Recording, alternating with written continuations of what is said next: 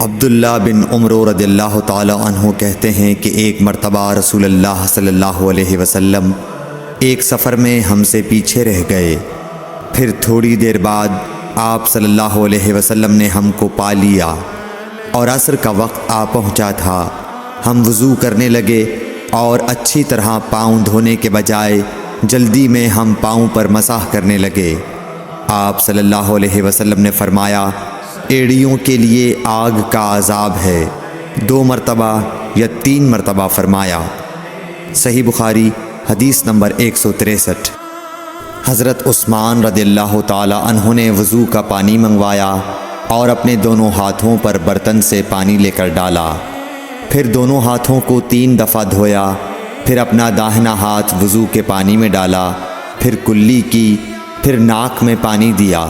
پھر ناک صاف کی، پھر 3 دفعہ اپنا منہ دھویا اور کوہنیوں تک 3 دفعہ ہاتھ دھوئے، پھر اپنے سر کا مسح کیا، پھر ہر ایک پاؤں 3 دفعہ دھویا،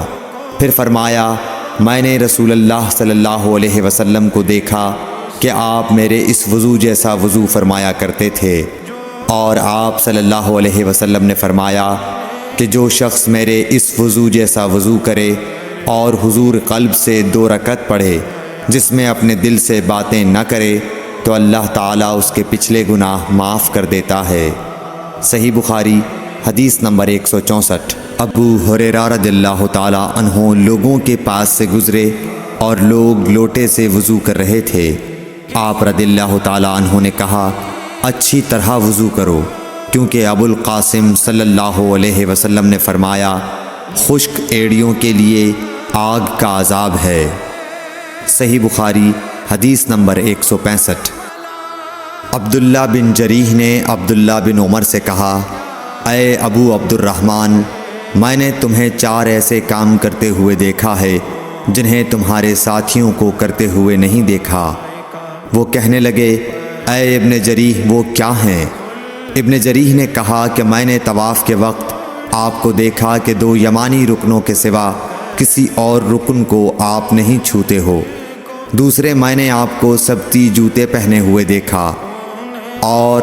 تیسرے میں نے دیکھا کہ آپ زرد رنگ استعمال کرتے ہو، اور چوتھی بات میں نے یہ دیکھی کہ جب آپ مکے میں تھے لوگ ذی الحج کا چاند دیکھ کر لبیک پکارنے لگتے ہیں اور حج کا احرام باندھ لیتے ہیں، اور آپ 8ویں تاریخ تک احرام نہیں باندھتے۔ حضرت عبداللہ بن عمر رضی اللہ تعالی عنہ نے جواب دیا کہ دوسرے ارکان کو تو میں یوں نہیں چھوتا کہ میں نے رسول اللہ صلی اللہ علیہ وسلم کو یمانی رکنوں کے علاوہ کسی اور رکن کو چھوتے ہوئے نہیں دیکھا، اور رہے سبتی جوتے تو میں نے رسول اللہ صلی اللہ علیہ وسلم کو ایسے جوتے پہنے ہوئے دیکھا کہ جن کے چمڑے پر بال نہیں تھے، اور آپ انہی کو پہنے وضو فرمایا کرتے تھے، تو میں بھی انہی کو پہننا پسند کرتا ہوں۔ اور زرد رنگ کی یہ بات ہے کہ میں نے رسول اللہ صلی اللہ علیہ وسلم کو زرد رنگ رنگتے ہوئے دیکھا ہے، تو میں بھی اسی رنگ سے رنگنا پسند کرتا ہوں۔ اور احرام باندھنے کا معاملہ یہ ہے کہ میں نے رسول اللہ صلی اللہ علیہ وسلم کو اس وقت تک احرام باندھتے ہوئے نہیں دیکھا جب تک آپ کی اونٹنی آپ کو لے کر نہ چل پڑتی۔ صحیح بخاری حدیث نمبر 166۔